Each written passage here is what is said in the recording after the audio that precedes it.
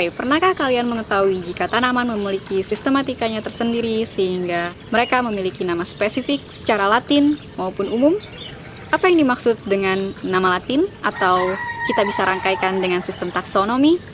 Berterima kasihlah kepada Carl Linnaeus, seorang botanis berasal dari Swedia. Berdasarkan dari studi yang dilakukan beliau, kita dapat mengenal 500.000 spesies dari tanaman, hingga bahkan mungkin kita dapat mengetahui jika ada lebih dari jutaan tanaman yang sampai sekarang belum diklasifikasikan dan dapat diklasifikasikan menggunakan nama bionomenklatur khas dari Linnaeus. Dilihat dari pohon kehidupan yang merupakan hasil dari proses evolusi. Biologis mengklasifikasikan seluruh organisme yang ada di dunia ini melalui sistem taksonomi yang digambarkan oleh phylogenetic tree atau pohon kehidupan yang mana direlasikan dengan evolusi.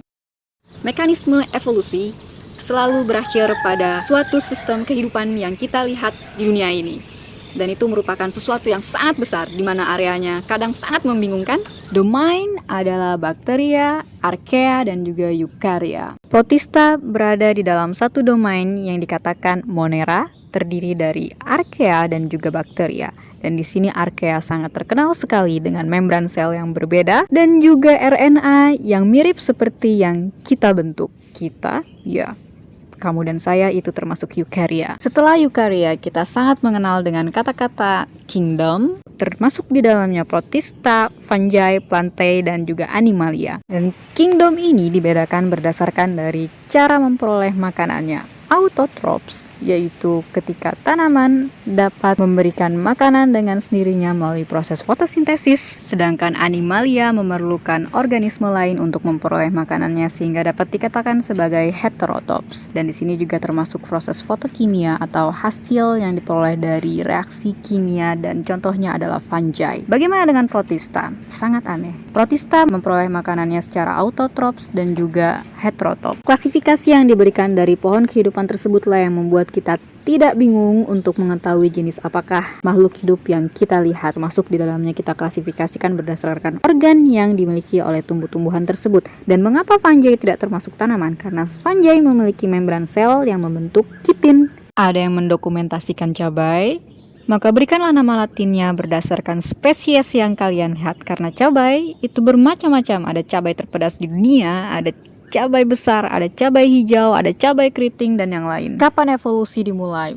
Itu sudah sejak miliaran tahun yang lalu, dimulai dari amoeba yang ada di dunia ini atau di bumi, hingga menjadi dinosaurus, hingga menjadi beberapa bentuk simpanse dan juga kita. Ya, sedih bukan? Karena Charles Darwin memiliki teori jika manusia itu sebelumnya adalah simpanse, tetapi pohon kehidupan lebih merelasikan kita memiliki hubungan terdekat dengan tikus. Dan contoh lain yaitu adalah pada tanaman. Tanaman saat sekarang memiliki genetik yang berbeda-beda dikarenakan untuk lebih tahan dengan kondisi lingkungan dan juga kondisi cuaca yang ekstrim sesuai dengan keadaan lingkungan sekitar. Dan bagaimanakah contoh pada hewan? Contoh pada hewan ada pada kupu-kupu. Ketika kalian melihat kupu-kupu berwarna putih, itu menandakan jika keadaan lingkungan sekitar kurang dari polusi. Dan ketika ada kupu-kupu yang cenderung berwarna gelap, biasanya adalah polusi tersebut lebih tinggi daripada lingkungan di mana kupu-kupu memiliki warna yang lebih cerah dibanding yang gelap tadi. Dan apalagi contohnya adalah bintik sayap pada kupu-kupu. Terdapat ada bintik yang gelap dan juga tidak gelap. Sekarang saya punya permainan untuk kalian. Ya, saya telah mencoba untuk mengejar kupu-kupu berwarna putih dan juga memiliki bintik satu pada setiap sayapnya. Mungkin kalian dapat melihatnya secara dekat. Dan ini tentunya ada di lingkungan sekitar kampus kita, di mana terdiri dari banyak sekali hutan tropis di sekitarnya. Dan ini merupakan suatu indikator jika lingkungan tersebut bisa dikatakan atau dapat dikatakan bebas dari polusi. Di awal video kalian telah menyimak beberapa tanaman yang ternyata belum ada nama ilmiahnya, dan pohon yang tentunya juga merupakan hasil dari suatu evolusi. Baiklah, saya membebaskan kalian untuk mencari referensi mengenai sistematika tanaman dan juga evolusi, dan banyak-banyaklah membaca buku. Sampai jumpa lagi.